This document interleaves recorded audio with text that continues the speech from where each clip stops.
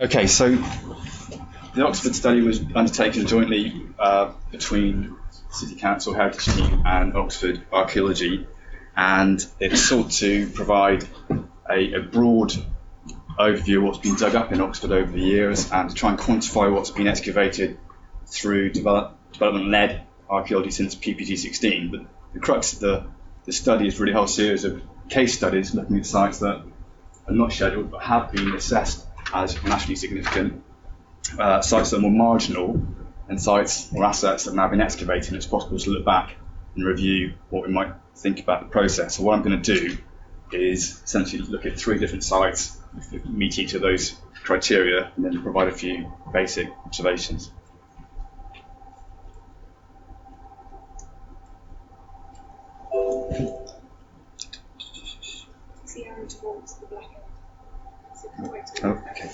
Okay, so to quickly provide some context for Oxford, like many towns and cities around the country, Oxford's expanding, it's got huge population pressures, housing issues, it's going outwards, it's infilling, but arguably that's not the main dynamic that's affecting the below ground remains in the city.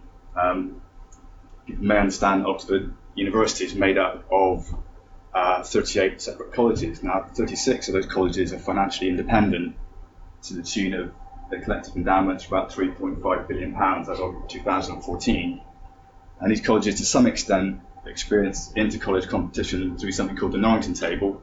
But as a university, of course, it's competing at an international level and wants to offer high-grade facilities for its students. So since the turn of the century, it's been a steady process of upgrading kitchens, of building music rooms, of lecture theatres, occasional wine cellar.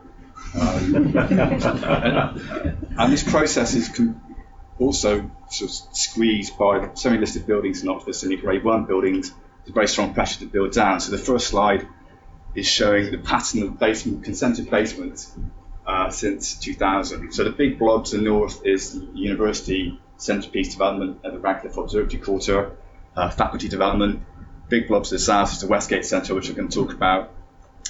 Just to point out pattern in the east end of the city. So this is where in the 13th century the endowed colleges start to establish, not just there, but largely there. In the process, fossilising huge chunks of the late Saxon town and medieval city in their courts and gardens. And you've got an incremental pattern taking place. So what in Oxford is scheduled. So you have a very large prehistoric landscape in Ford Meadow, which is protected. But in terms of the historic town, as you can see, it's very linear. You have the 13th century town wall that sticks up above ground. You have the Norman causeway under the route of Abington Road, bits of the castle precinct, some of the abbey precincts to the west of the town. But it doesn't take much imagination to think about a whole range of assets beyond those protected assets that might be nationally important. There's a 12th century royal palace, Beaumont Palace. There might be a Jewish cemetery outside the East Gate. There's an possible outer 13th century medieval wall, friary precincts, etc., etc. Of course, beyond that, there's the issue of the town itself. So it's Late Saxon town, Late Saxon burh.